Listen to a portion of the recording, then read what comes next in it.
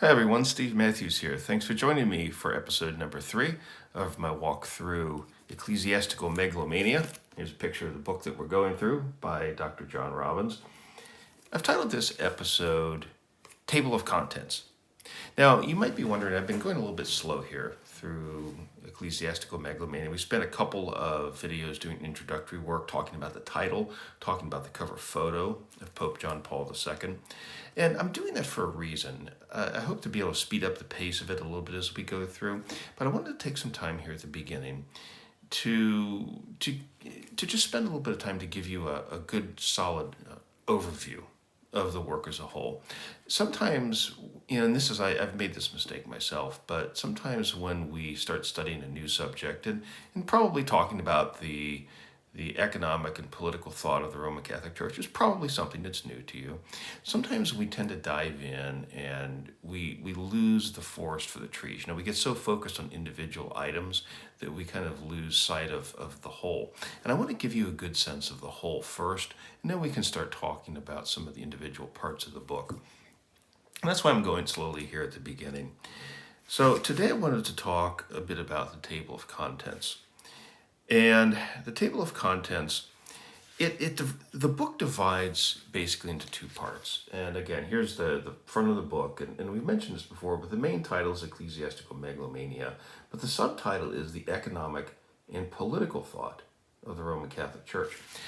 And the book itself divides into those two areas, economic thought of Rome, political thought of Rome. There are a few other things besides that, but those are the two main sections of the book. So when you start off the table of contents, you start off with a preface and with an introduction. Now, when you read the book, don't skip the preface and the introduction. Don't do that. And here's why. Because nobody writes a better introduction to a book than John Robbins. And it's interesting because I actually first became familiar with the work of John Robbins by reading an introduction that he wrote. I had a friend of mine give me a Trinity Foundation publication. It's called The Everlasting Righteousness.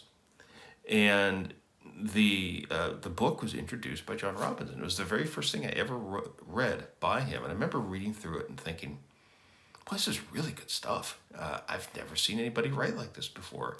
And I got to the end of it, and it said, it was by John W. Robbins. And I thought, well, I don't know who John W. Robbins is, but that was really good. And it made me want to go learn more. And so here I am, 20-some years later, doing videos on a book by Dr. John Robbins. So you can see it made a pretty big impression on me. So don't skip the preface and the introduction.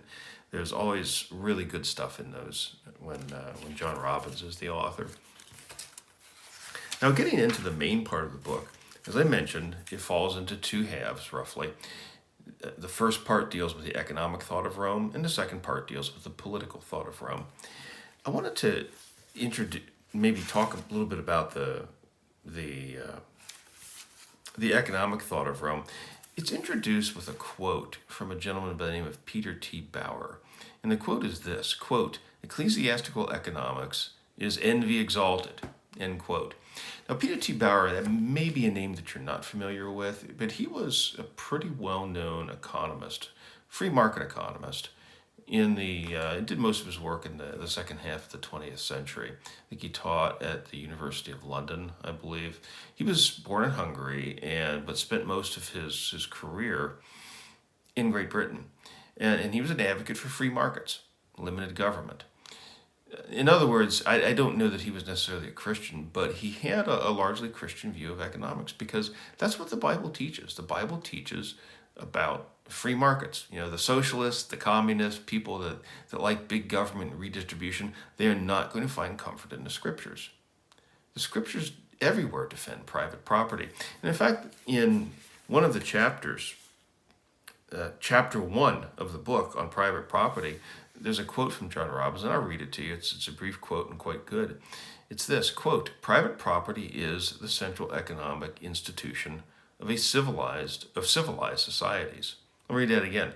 Quote, "Private property is the central economic institution of civilized societies," end quote. And that's John Robbins. And he's absolutely right about that. And of course, when you look in the 20th century, the collectivist governments, They weren't civilized. The collective governments murdered people left and right. There's a book out there with a cheery little title of Death by Government. It's by a political science professor, I think R.J. Rummel was his name. It was written, oh goodness, now I don't know, maybe it's 20, 25 years old, maybe a little bit older than that. It was written toward the end of the 20th century, early 21st century. I don't have the exact date, but anyway, this gentleman, he took a look back at the 20th century and all of the murders by governments, and it's communist and fascist regimes. They were killing people left and right. Of course, neither communism nor fascism has a biblical view of private property. There weren't civilized societies. So, continuing to look through some of the chapter titles in the first part of the book, chapter 1 is titled Private Property. Chapter 2 is the universal destination of goods. I want to pause on that for just a moment. The universal destination of goods is one of the most important concepts in Roman Catholic economic thought. And we're going to spend a little bit of time on that when we get to that section. It would be hard to actually overemphasize just how important it is. And what you're going to find out when we go through that section is that the Roman Catholic Church has a very different view of private property, probably than what you do. The Roman Catholic Church actually thinks that if somebody needs your property and you have surplus goods, that they have a right to take it. Or the government has a right to take it and give it to them. In other words, the Roman Catholic Church believes in the welfare state, and they do not believe that you actually own your property. Need is the only real criterion for ownership. And we're going to get in and talk about that. And I think you're going to be very surprised by what Rome actually teaches. And I think most Roman Catholics would be very surprised by what Rome teaches. I remember I talked to a friend of mine once who's a Roman Catholic about the universal destination of goods. And he didn't like it at all. He says, well, I don't believe that. And I think that's probably true for a lot of lay Catholics. They don't, first of all, a lot of times they don't know what the church teaches. And if they find out what the church teaches, they don't like it. As well, they shouldn't. Continuing, chapter 3 is called Rerum Novarum. I have a hard time saying that. It doesn't roll off my tongue very well. That's Latin for new things. Rerum Novarum was the title, or is the title, of a very well-known papal encyclical written in 1891. And that particular papal encyclical really forms the basis of what has come to be known as the social teaching of the church, or the social teaching of the Roman Catholic Church. So that is a very significant papal encyclical, and it's a critique. It's a critique of capitalism, of free markets, of private property, limited government, those types of things. The kinds of ideas that the United States was built upon. Chapter 4 is subsequent encyclicals. There have been many encyclicals that followed Rerum Novarum and expanded on and echoed the ideas in that, right down to the very present day. So again, Rerum Novarum is a big deal. Those papal encyclicals are important, but that's one that's especially important. Chapter 5 is feudalism and corporativism. Chapter 6 is liberation theology. Chapter 7 is the redistributive state and interventionism. And finally, chapter 8 has the Pope beatified Ayn Rand. Now, moving into part 2 deals with the political thought of the Roman Catholic Church. So part 1 was the economic thought. Part 2 is the political thought. And the subtitle of that particular section is called Autocracy Adored. And just like part 1, John Robbins has provided a quote that introduces the section and really kind of gives us a flavor of that part of the book. And this particular quote is from, well, you're probably going to recognize it. Let me read this for you. Quote, "Power tends to corrupt, and absolute power corrupts absolutely." Now, that quote is by a man that we typically know as Lord Acton. That's a fairly famous quote. Now, sometimes it's not quoted in quite that particular way. Sometimes it's just simply quoted as power corrupts. Well, what Acton wrote is power tends to corrupt, and absolute power corrupts absolutely. What a lot of people don't know is what the context of that quote was. The Lord Acton was talking about the Pope, and in particular the decree of Vatican I, which was in, I believe, 1870, that declared the Pope to be infallible. Now, the interesting thing about Lord Acton, his father was English and his mother was German. I think I'm getting that right.